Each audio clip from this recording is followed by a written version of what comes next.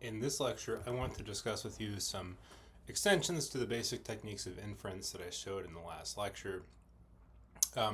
As a reminder, if you're watching this for SOC257, you don't need to know the gritty details of this stuff in too much detail. I'm showing it to you so that you know where some of these things come from, but as you'll notice, I tell you very often that you can just use a calculator to calculate these things in practice. Obviously not even just the computations, which of course you shouldn't do by hand for any but the smallest data sets, but even the something like calculating a p-value, I'm okay if you just want to put everything into basically an Excel function where you don't have to do any of the intermediate steps.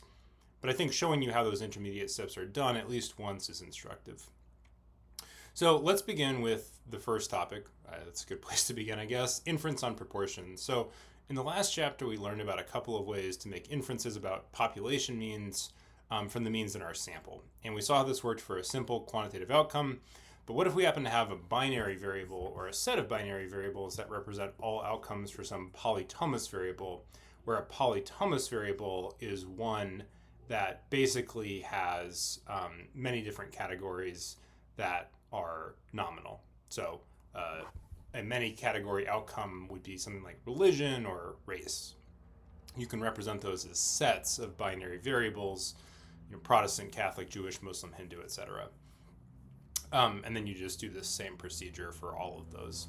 This turns out to be very easy to calculate. So all that we need to do with our formula from last time is know that the population variance of a binary variable is specifically pi times 1 minus pi, where pi again means the population probability or proportion, and its estimate in the sample is pi hat, or the just estimated probability, which is the sample proportion, times 1 minus pi hat. You can see the appendix for a proof if you want. It's down here, but there's no need to look at it. You can see it's quite short.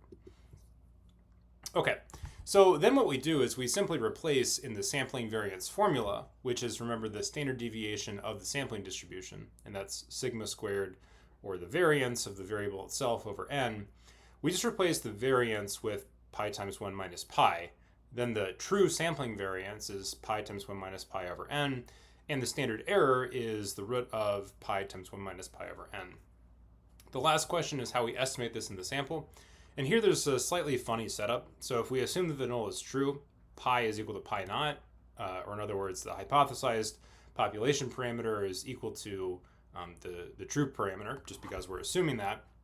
So we plug in the null hypothesis value when we do a hypothesis test. So we say the root of pi naught times 1 minus pi naught over n, because when the null is true, you can, I guess maybe I should point this out, even though it's quite straightforward and you can see it, but an interesting fact about these binary variables is that their mean, pi, is related to their variance, and that's just because they're super simple variables. That's fundamentally the reason why.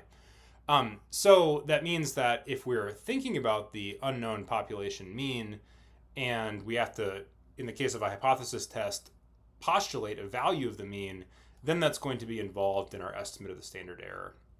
But if we do a confidence interval where we're making no particular assumption about any null, then we just use the observed proportion, or the estimated probability, which is this, the root of pi hat times 1 minus pi hat over n.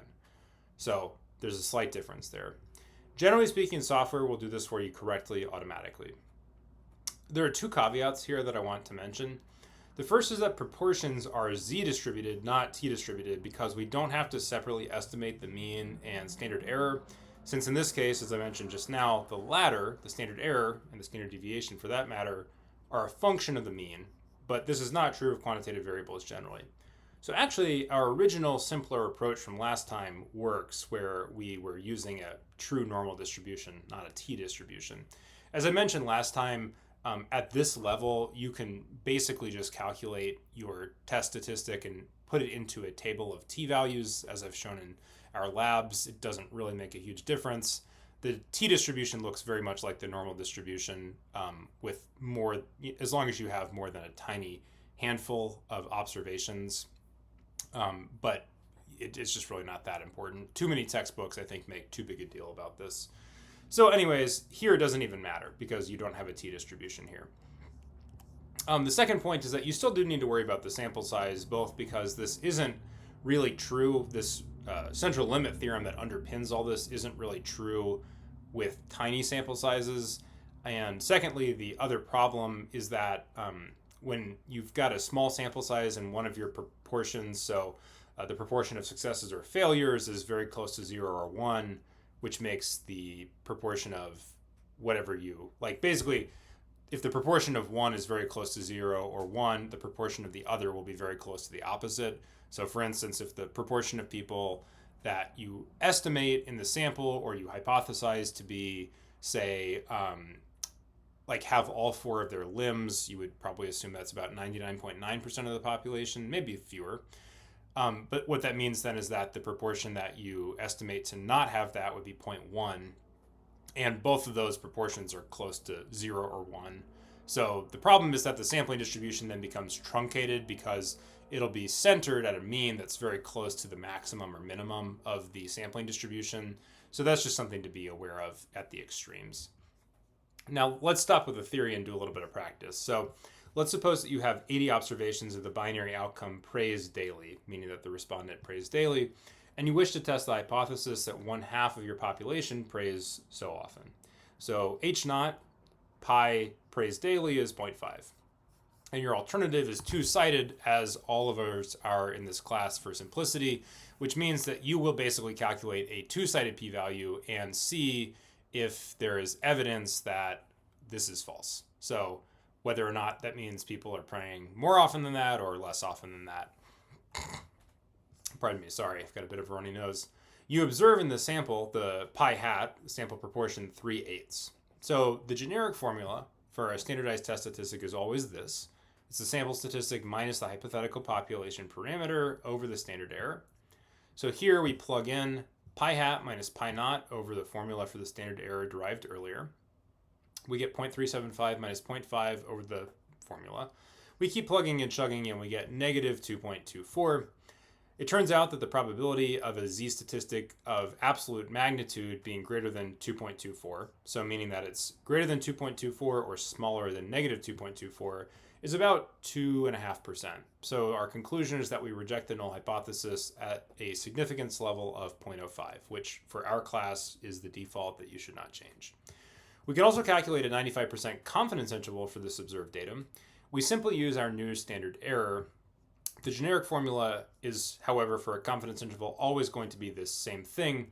Let me note one piece of jargon that I didn't mention last time. And by the way, I didn't give these general formulae last time because I wanted you to sort of think about why they were true and not memorize. But now what I want you to do is see that there's this pattern that you can turn into a formula.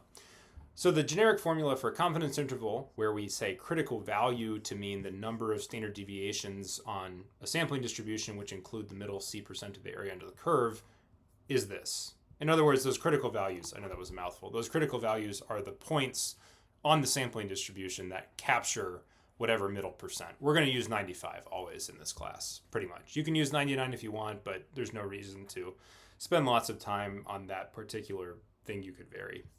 So the formula is the sample statistic plus or minus the critical value times the standard error. So here we have pi hat, the observed sample proportion, plus or minus z95, sorry, that 5 should be in the subscript, times the formula for the standard error with the estimated probabilities in there. So we have 0.375 plus or minus 1.96 times all this here. You can see that pi hat is 0.375, so that means 1 minus pi hat has to be 0.625. Divide by 80 the sample size, and we get this for our band of values. So our conclusion, with 95% confidence, we think that the true population proportion of people who daily pray is within about 27 and 48%. All right, so easy said, easy done. Let's move on and do some bivariate analysis. So suppose now that we're interested in determining whether two groups differ on some key quantitative outcome variable, such as their level of education or income. And you'll see that this extends as well to two population proportions, but I am going to just leave that out of the analysis at the risk of basically adding too much more on. I'll just say that if you combine the information I gave here on how the basic tests are modified for proportions and combine the information I give here for how you generalize from one group to two groups, then you get the correct procedure for two population proportions. In practice, you can just use software. So let's say we're interested in determining whether two groups differ on some key quantitative outcome variable in the population. This might be like education or income. Let's be clear and formalistic about what we are after. We want to know whether or not, say, the mean mu in the population of income for whites is the same as the mean mu of income for black respondents, or maybe whether the mean mu for education for men is equal to that of women. To avoid confusion caused by double subscripts, I'm using the standard notation of a vertical bar here to indicate given that one is. So this means income given that one is white, income given that one is black. So an obvious move here would be to just replace these population means, which we don't observe, with their sample equivalents. So we might check whether the mean of education in the sample for men is equal to that of women. And this is the right idea, but we need to examine whether or not this might have arisen in the sample just by chance. Now, when we went over inference before, this might have seemed somewhat trivial. So the sample mean for education is, say, 13.5, and we can test whether it's likely equal to some hypothesized value, like mu naught equal to 14, or we can calculate a confidence interval and give a range of plausible values for the population mean, mu at Duke. But I admit that these are kind of anodyne questions. They're not super interesting. They're just kind of a starting point. So what's maybe more interesting is to realize now these are exciting sociological questions. Do whites and blacks have the same level of income? Do men and women have the same level of education? These are questions that are obviously of great political import and just also probably interesting to a lot of regular people. Pardon me, I'm going to drink a little bit of my muscle milk. I'm parched. So let's now examine how we could do this. It's actually pretty straightforward to extend our previous testing methods to cover this case. So the sampling distribution of a difference in means is also approximately normal. It's actually not even t-distributed. It's a weird distribution that's close to a t-distribution. You can treat it like a t-distribution. It's centered at the true population difference in means, mu1 minus mu2, and it has a very intuitive standard error that I'll explain in a moment. Our confidence intervals and p-values have the same interpretive meaning, so the confidence interval with confidence c is a band of values that prior to the selection of the sample had a C% chance of including the true population mean difference. And incidentally, by the way, the mean difference is, you can think about it in one of two ways. It's the difference in means, or it's the mean of all differences that you could calculate if you had equal sample sizes of people. You don't have to have equal sample sizes or equal population sizes, but if you do, if you could somehow pair the observations, it would be the same thing. So that's just a point that sometimes people get hung up on. But don't worry too much about that. You can have different sample sizes. So the p-value is the probability, if you do a hypothesis test, of observing sample data such as these conditional on the null hypothesis being true. So it's the probability of seeing a sample difference like this given the null. So these are all, none of this is changing. So how do we calculate the standard error? Since the sample means y bar 1 and y bar 2 are independent random variables, notice that they're capital here, so these are them in their random variable form. They're not actual realized sample means. The variance of their difference is just the sum of their variances. In the previous chapter, there's a proof of this fact that the variance of independent random variables is the sum of their variances. So the variance of the difference is simply the sampling variance formula from before. I'll zoom in here. It's the variance for each mean of the regular variable divided by the sample size and then summed. So the standard error is simply this. In the sample, you'll calculate this in the same way that you did before, using S in place of sigma because we don't observe sigma.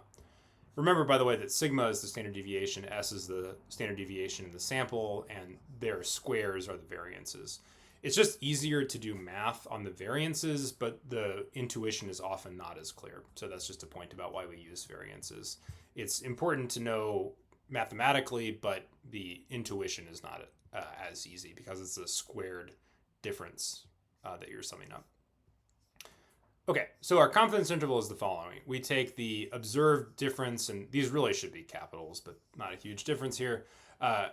And it actually doesn't make a big difference either way, whether these are capital or not. So our confidence interval is the difference in means in the sample plus or minus the critical value times the standard error. And here there's no difference between the standard errors between a hypothesis test and a confidence interval, unlike in the case with proportions. Remember that TC is the critical value. It's the number of standard deviations on the T-shaped or approximately T-shaped sampling distribution that include the middle C% of the area under the curve. We'll just use 95. This does depend on the degrees of freedom, which are hard to calculate for a difference in means by hand. So you can look these up with software. I would recommend using the smaller of the subsamples, so n sub smaller minus 1, or just let your software calculate these for you. Our test statistic is this. It's the difference in means that we observe in the sample minus the hypothesized difference in means over the standard error. So again, it's sample statistic minus population perimeter over standard error. But note that we typically, though not always, test the claim that the mean difference is 0. So the test statistic in that case, you'll often see it written like this. It's just y bar 1 minus y bar 2 over the standard error. So let's now look at an example population. This is actually the 2018 GSS that I happen to have data on. In this population, let's say that we happen to know that educational attainment in sex, there's a difference. It's small, but it's perceptible. It's 0.07 years in favor of women. So I just want to show you what that sampling distribution would look like. What would happen if we could take many different samples? So let's say we have samples of n equal to 50, and we pull 5 of them from this population. Note that in practice, we don't take multiple samples. If you do take multiple samples, what you should do is pile them together and consider them one large sample. That's actually much more efficient than treating them as 2 separate samples. So this is just hypothetical what I'm doing here.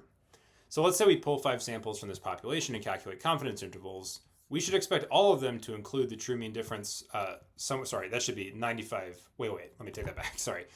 5 samples specifically, we should expect all of them to include the true mean difference somewhere inside. There's about a 77% chance of that 5 95% confidence intervals will include it.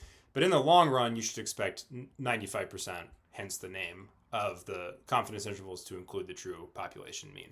Sorry, this is probably somewhat counterintuitive. I'll update this. So we should expect all 5, like the best chance is that all 5 will include it.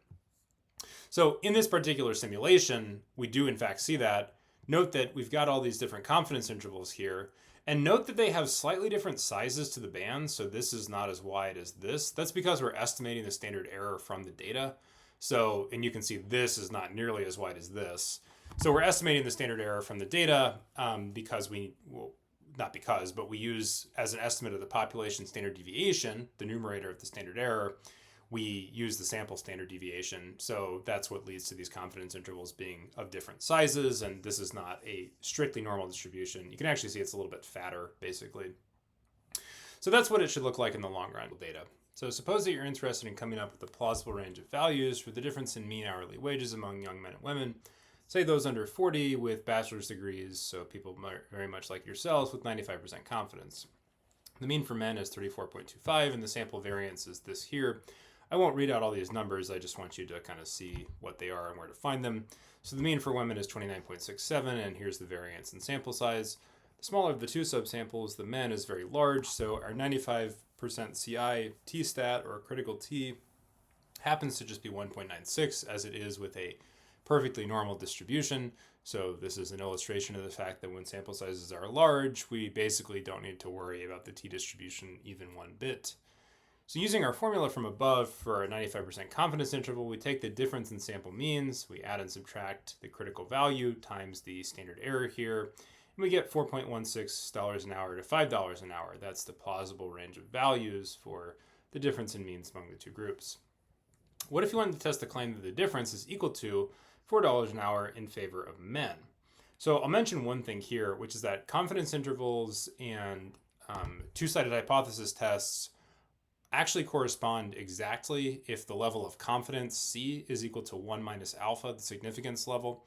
Basically, the idea is that if a confidence interval which captures the middle 95% of the sampling distribution doesn't include some value, that means that you're more than 2 approximately standard deviations away from some value your sample mean is, which means you would reject the null under an alpha of 0.05. So technically this is superfluous. You can just see 4 isn't in the confidence interval, but let me show you how you would calculate it. So we previously calculated the standard error for the difference as 0.2190. So now we simply take the observed difference less the proposed difference and divide by the standard error. Note here that we do in fact have a non-zero null, so it's 4. So we take the observed difference minus 4 over 0.2190. We get 2.72. So we can then look up the two-sided p-value of this test statistic. There's many places to do it on the internet. I'll show some in lab. One of them would be the online stat book. Whoops, sorry, that didn't work well. Online stat book here. And we need to actually find the online stat book p-value calculator. So we can come, I think this one will work. I do this with a different piece of software that I'm not going to bother showing. So you can come here. This is the standard normal curve. So this assumes you have a standardized test statistic, which we do. So we can just use 2.72. And we want to go 2.72 and negative 2.72 here. And you can see we get this 0.0065, which rounds to 0.007, which is what I got using other software right here.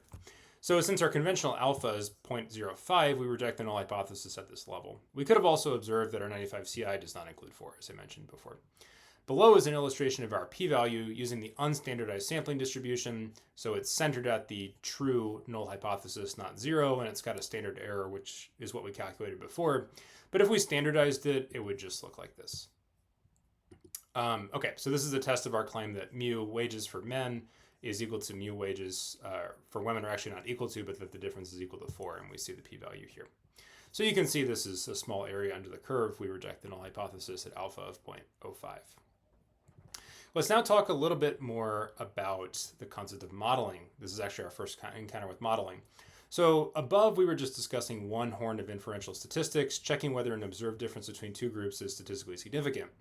But we can also ask other interesting questions that will be useful to us later, such as how well group identification with more than two groups explains outcomes. So how good is a model that says, for instance, education is equal to a function of gender plus some random error term? Let's begin by learning a simple form of what is called regression. I know the name is somewhat unappealing, but the idea is that regression is fundamentally a form of modeling one outcome as a function of one or more predictors. So for instance, if we have more than two genders, we would say that education is a function of some term on, say, being man, some term on being a woman, or cis man or cis woman, some term on being transgender, etc. So that's what ANOVA is useful for. And ANOVA is just a form of regression. So if we have a simple situation, this is what ANOVA is specifically, and this is all we'll tackle here, where we think outcomes in a variable are different as a function of group membership for one set of groups. So sets of groups defined by one variable like gender or race or class. We can write a model for that and test out our model on the data.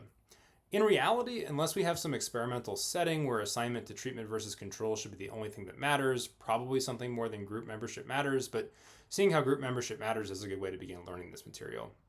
So let's consider the total variance of the outcome, which is written like this here in the sample.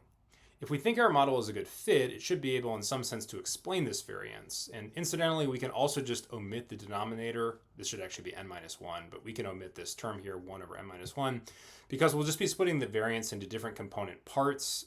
This is known as the total sum of squares.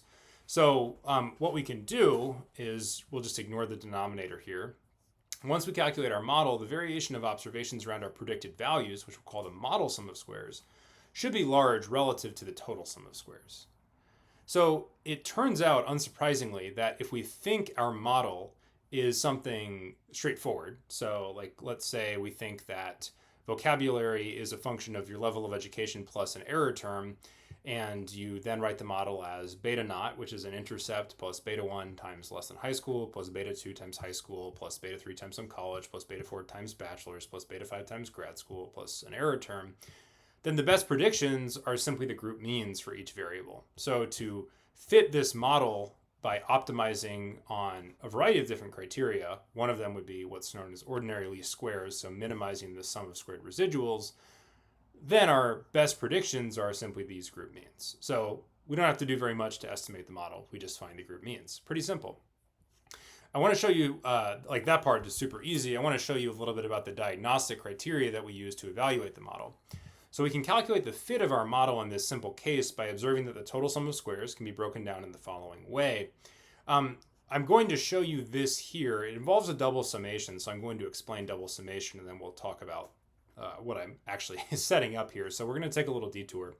We're going to let n sub j represent the number of subjects in the jth group, a represent the total number of groups, and j index the group number. So what this is telling us to do here is sum over I, where I indexes members of the group, up to nj, so the number of people in that group, and then to sum over the number of groups. And this is telling us the total sum of squares, or the variance of the numerator of the variance, can be written as the sum over I and j of yij minus y bar squared.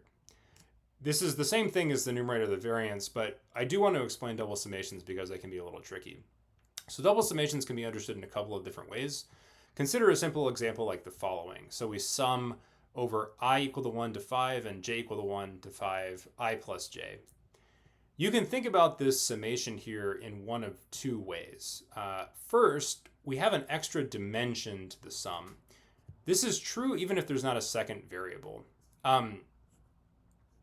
Sorry, I lost my place there for a second.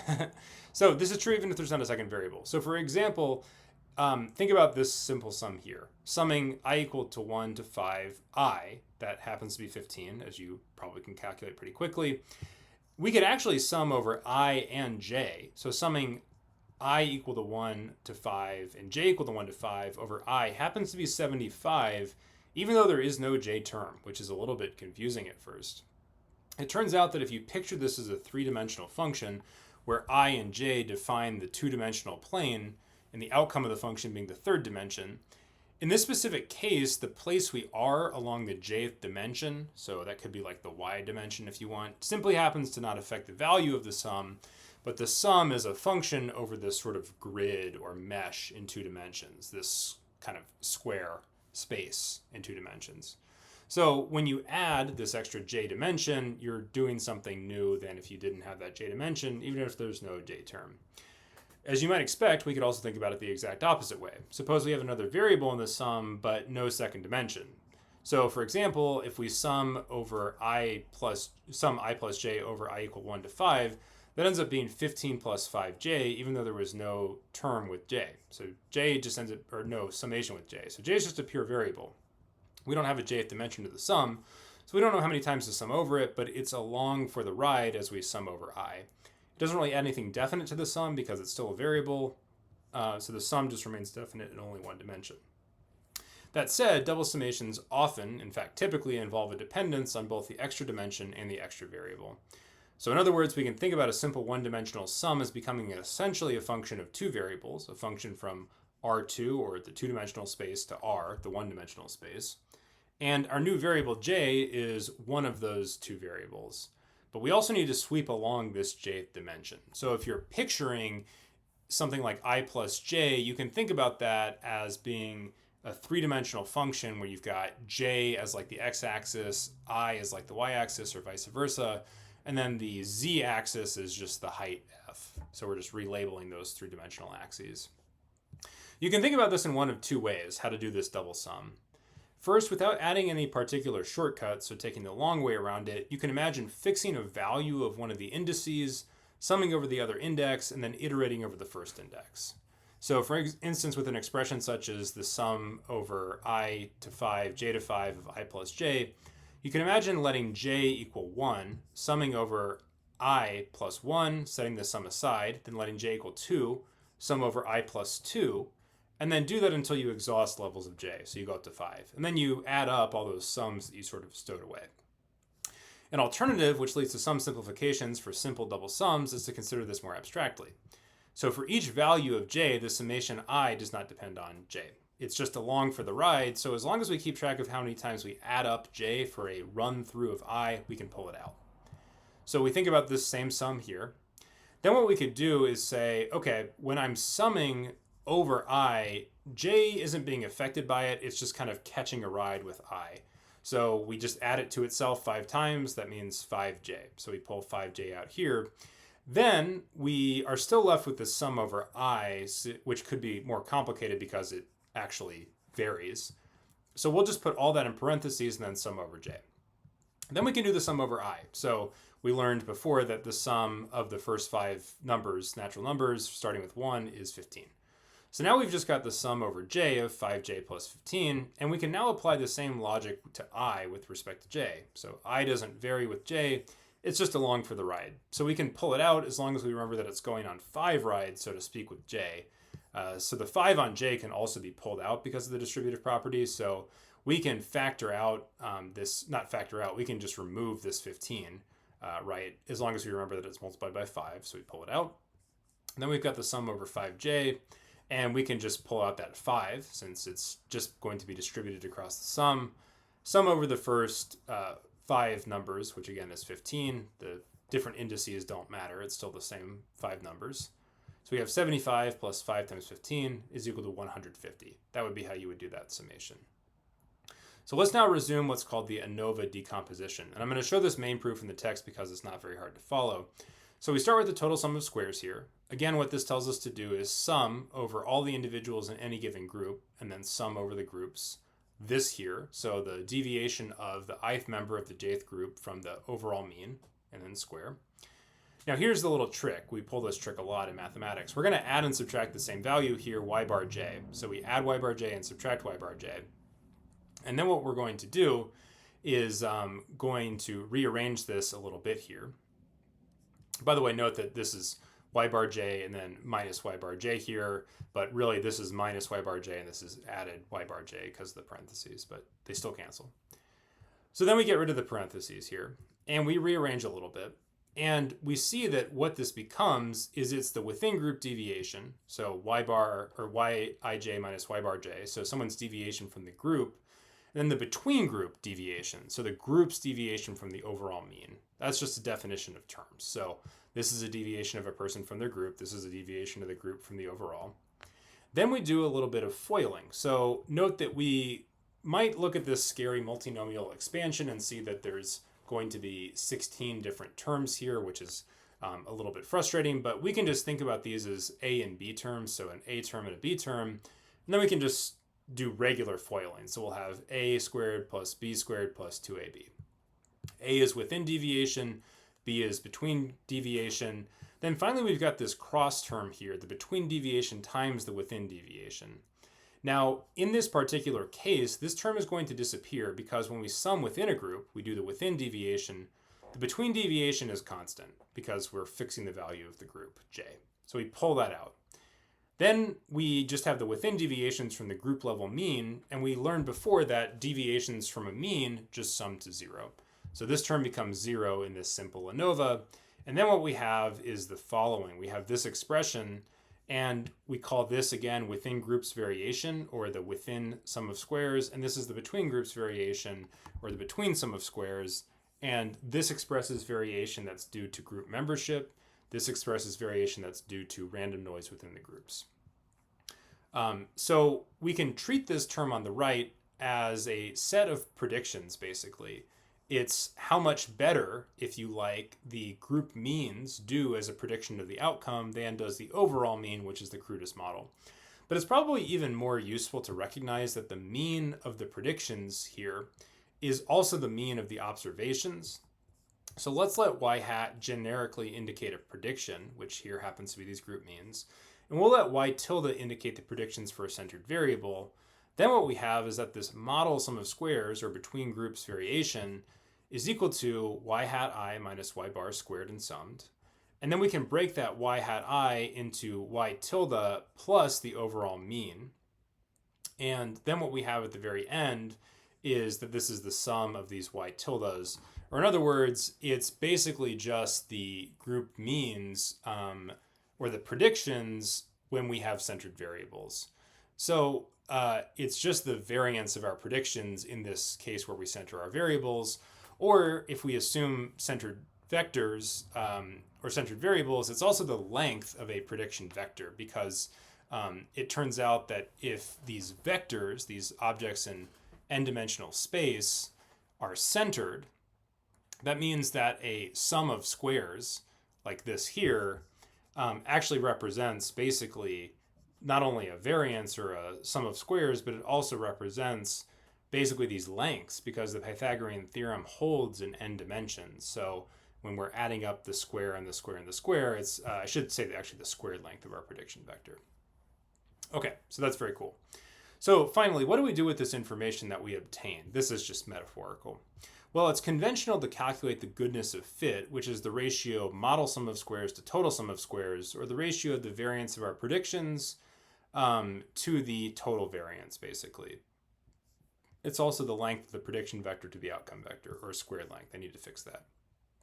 A related ratio of variances is the ratio of the variance of our predictions to the residual unexplained variance or within group variance once we adjust for the degrees of freedom for each group. So it's the mean model sum of squares over the mean residual sum of squares. The second term has a sampling distribution that's called the F distribution, as in Fisher. So I'll show that in a little bit. I'm going to walk through an example of ANOVA here really quickly, though, which will help you see how the summation should be done. So for this analysis, we'll use the currently topical Titanic survivorship dataset, the original crash, not the 2023 one. Not to be crass, this is just actually it's a classic training dataset in data science. So we're going to do something a little more anodyne than look at survival rates. We're going to look at fares by passenger class. So it's a little strange to regard the Titanic data as a sample because what population is it from? But perhaps we can consider the data to be a random sample from a population of luxury ships at the time. You can pull these data here. How well does a passenger's class on the ship explain the fare that they paid? So let's begin by finding the means for each group, which will also let us calculate the sum of squares within each group. Doing ANOVA totally by hand is super tedious and you shouldn't do it, but I want to give some sense of how it might be done without just asking a computer to do it. So one compromise is you can calculate it partly by hand. Simply tell a computer to calculate the variance within each group, then multiply by nj, the size of that group, minus 1. That'll get rid of the denominator of the variance and just give you the sum of squares. So in this data set, I find the following. I have this mean here for each group, and then the sums of squares for each group, and then the sample sizes. This is the total sum of squares, the overall mean, and the overall sample size. If I look at these three columns here, I find that adding up these sums of squares gives the total. And this is our total model sum of squares here, these three groups. Now, because I know that these are orthogonal to, or in other words, they partition the total sum of squares, I know that the residual sum of squares is just this thing, the total, minus these three summed. So it's just this here, but I can also show you how to do it by hand. Here's how we would do it in this simple case. First, we just need to find the squared deviation of each mean from the total. So this minus this squared, this minus this squared, this minus this squared. But this is only the sum over the j dimension, the group dimension. We also need to remember that this is a sum of squares over the individuals in each group. So we're going to take those deviations and multiply by the number of people in the group. Another way to think about it is these are predictions. So we found the squared deviation of the prediction from the grand mean for each group, but we want to turn it into actual predictions for all people in the sample. So we need to multiply by those subsample sizes. We have some fairly large rounding error here, but we get a number that's close enough, 756,301, pardon me, which is close enough to this here with some rounding error. So now we calculate our two key quantities of interest. First, we calculate the share of variance explained, so the model sum of squares over the total, and we get this here. So it's about 35.3% of the variance in the outcome. This tells us that the class of a passenger was a pretty good predictor of their fare, although maybe less than we would have expected. There's some other influences. There's 65% of the variance that's left unexplained. By the way, you can think about these two sums of squares as being the lengths of two vectors against squared lengths, which are the adjacent and hypotenuse of a right triangle. It's kind of hard to draw a graph of this since there are vectors in many dimensions, but it's sort of a nice way to think about it. And then the other leg of the triangle is the residuals. Next, we'll calculate the F ratio. It's interesting to know what this actually tests. This so-called global F test is a test of the very general null hypothesis, H naught, that all the group means are equal. This is only useful if this null hypothesis is of interest, which it often isn't. Otherwise, you should perform tests for group means differences. But if this is interesting to you, it turns out that the ratio of variances has this F distribution. So to adjust for the fact that the space in which the predictors lie is formed by our regressors, the groups minus 1, while the residual term lies in the space orthogonal to it, we need to divide each sum of squares by its degrees of freedom. So the degrees of freedom of this regression space is the number of predictors. Here we have 3 groups, so it's 3 minus 1. Then we've got this residual space. That's the total number of observations minus the number of degrees of freedom of the regression space. So 886 minus 2 equal to 884. Then we take these mean sums of squares, divide the first mean sum of squares by the second, and then we get this F ratio here. The associated p-value is effectively 0, so I didn't plot this on a sampling distribution because you wouldn't see any red space, but just so you know, your F statistic has its own sampling distribution that can be treated like all these other sampling distributions. So I hope that was useful. This is how you can extend our one sample analysis to the case of proportions.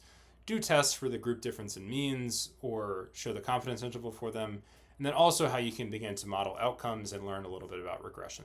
Thanks for watching.